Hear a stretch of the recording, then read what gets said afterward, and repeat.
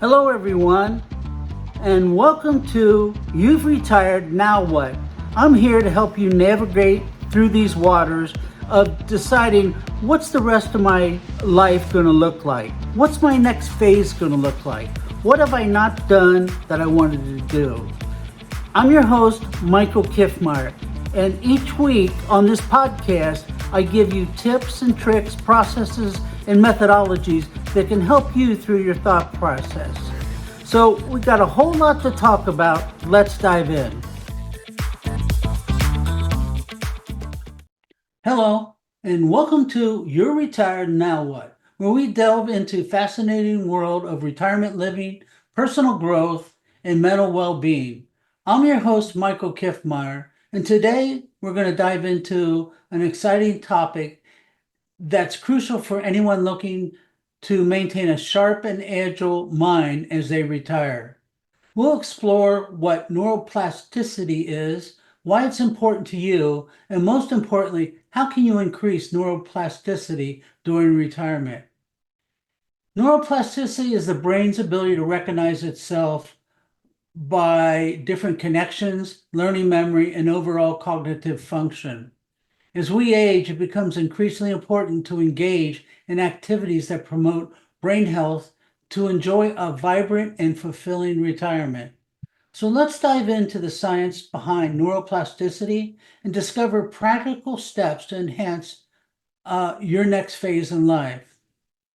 Let's first understand what neuroplasticity is.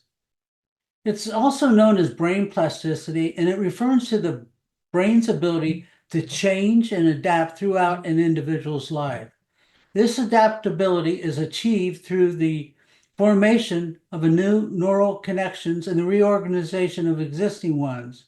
Neuroplasticity allows the brain to recover from injuries, adapt to new experiences, and learn new information. Neuroplasticity occurs at various levels, including synaptic plasticity, which involves changes in the strength of connections between neurons, and structural plasticity, which involves changes in the brain's overall structure. Key processes can include the formation of new synapses, the creation of new neurons, particularly in the hippocampus, long-term potential, which is the strengthening of synapses based on the recent patterns of activity. Why is it so important in retirement? As we age, our brains can decline, leading to cognitive impairments and difficulties in learning and memory. However, research has shown we can help it. We can maintain it even through cognitive function. This is especially important in retirement, a time when individuals often face reduced mental stimulation. Lifestyle changes to boost neuroplasticity include physical exercise. It's one of the most effective ways to enhance neuroplasticity because you're releasing dopamines in your mind that can help grow your brain. And it stimulates the growth of new neurons as well. Aerobic exercises, activities like walking, swimming, and cycling have been shown to improve brain functioning and promote neuroplasticity. Strength training not only helps your muscles and your bones, but it also helps the endorphins released in your mind. Other areas that can help is yoga and Tai Chi. These are the physical practices that can help you and help your mind stay agile and producing stimulation that helps you stay sharp and agile.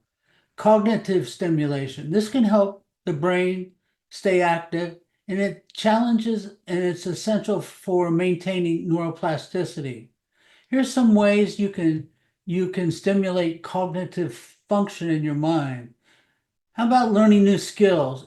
Engaging in novel exercises of your mind um, can help you a lot. Things like reading and writing, brain games like Sudoku and other games that you can find. All these help to stimulate your mind. One of the things you have to pay attention to that also helps your mind to stay sharp is social interactions. When you worked, you had all kinds of friends and you were social interacting all the time. That's changed, okay? They're still your friends, but they're working and you're not, I think, right now. And you got to find that stimulation so that can keep you sharp and attentive each and every day. You need to interact with others and various parts of the brain and can lead to improved cognitive function. Other things you can do, community activities, clubs, groups, classes, all these provide social interaction. Perhaps you'd like to volunteer, helping others. Not only do they benefit from your knowledge, but it also keeps your mind active as well. You need to maintain relationships with family and friends. It's crucial for mental well-being. Many times when we retire, people have a tendency because their lives change and they weren't really prepared for the emotional part of it. They have a tendency to withdraw within themselves. Don't let that happen to you. We were meant to be social creatures, and you need to take uh, the steps you need to take to make sure this can help you stay agile and sharp as well. Nutrition and brain health. The role of diet and neuroplasticity is big. A healthy diet is essential for brain health and neuroplasticity. You can't eat that junk food we did when we were in our 20s and 30s. It'll make you age quicker, not work real well with your mind, and not do the best for you if you want to stay sharp and agile in the mind.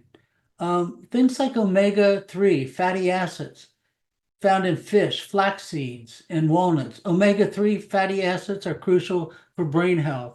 And antioxidants, food rich in antioxidants such as berries, dark chocolate, and green tea can protect the brain for oxidative stress. Stress is a big deal. I mean, people worry once they retire. You need to manage that stress, or you're going to find yourself and not such a good place.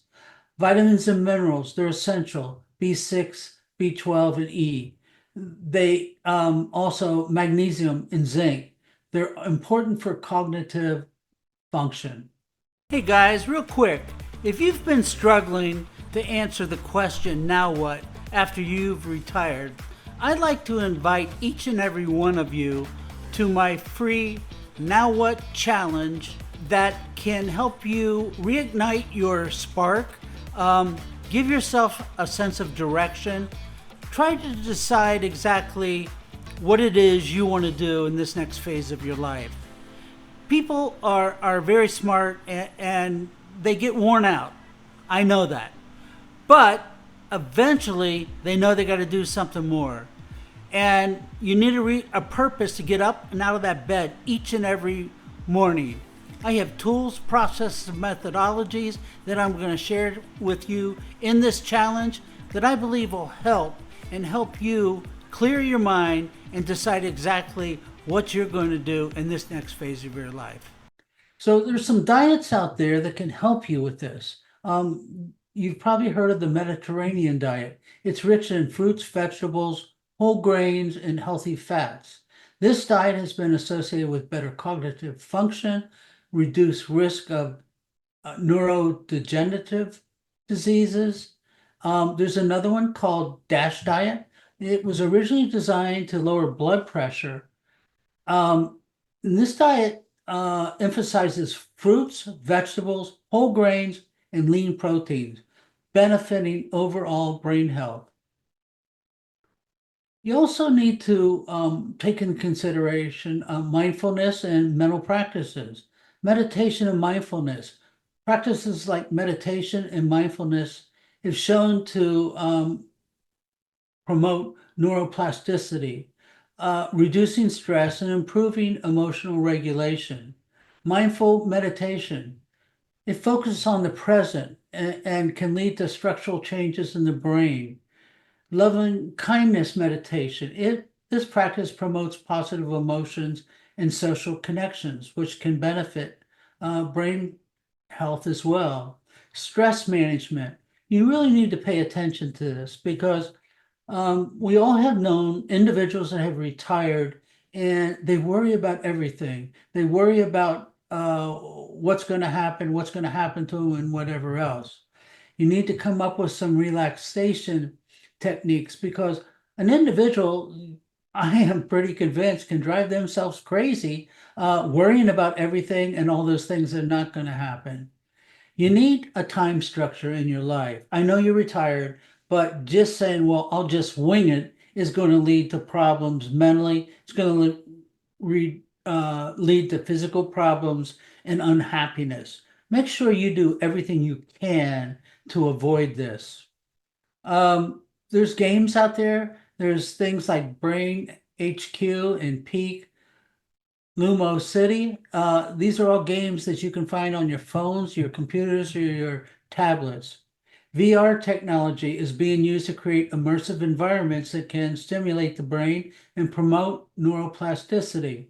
I can share with you that when they first came out with virtual reality and something simple like um, Sony's Game Boy, uh, they were using it in retirement homes. These people, when they used it, they were more engaged. It was fun, and they had a sense of purpose each and every day as they woke up.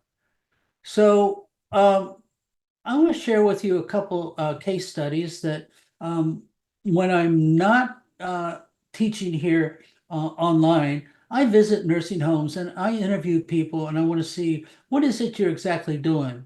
One of the people I interviewed was a gentleman by the name of John. He's a retired teacher. He shared with me how he was incorporating daily walks and strength training, and it has improved his overall memory. I think I think you could do some of these things as well. You need to do what motivates you. You need that rush. You need that reason to get up and get out of that bed every morning. You need to have kind of, it doesn't have to be completely structured, but today I'm going to do this. Remember this, a dream is just a dream until you put it down on paper with a timeline.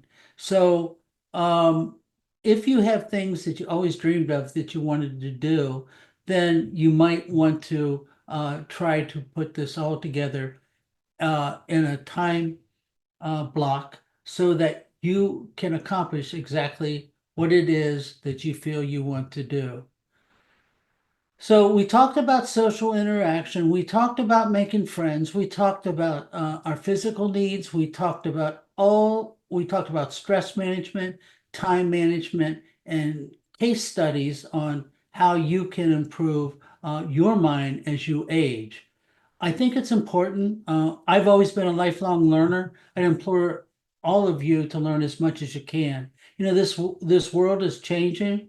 In the past few years, artificial intelligence has hit the scene. I read an article this past week of a United airline pilot who always flew Boeing jets. And here he is at 65 years old. They still want him to fly, but he has to learn the Airbus and how to fly that. Well, as I understand it in the aviation industry, the Airbus is one of the best planes on the market, but it's one of the most complicated. But here's the good news. He said he watched his peers just kind of mumble and grumble and didn't take it on. He still had goals in his mind. He took it on, and now he's flying Airbuses for United Airlines.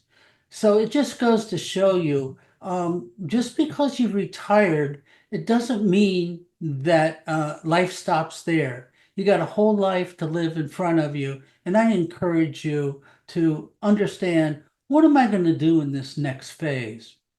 If any of you would like some help in this area, in the month of August here in 2024, I am running a free 5-day challenge called the Now What Challenge.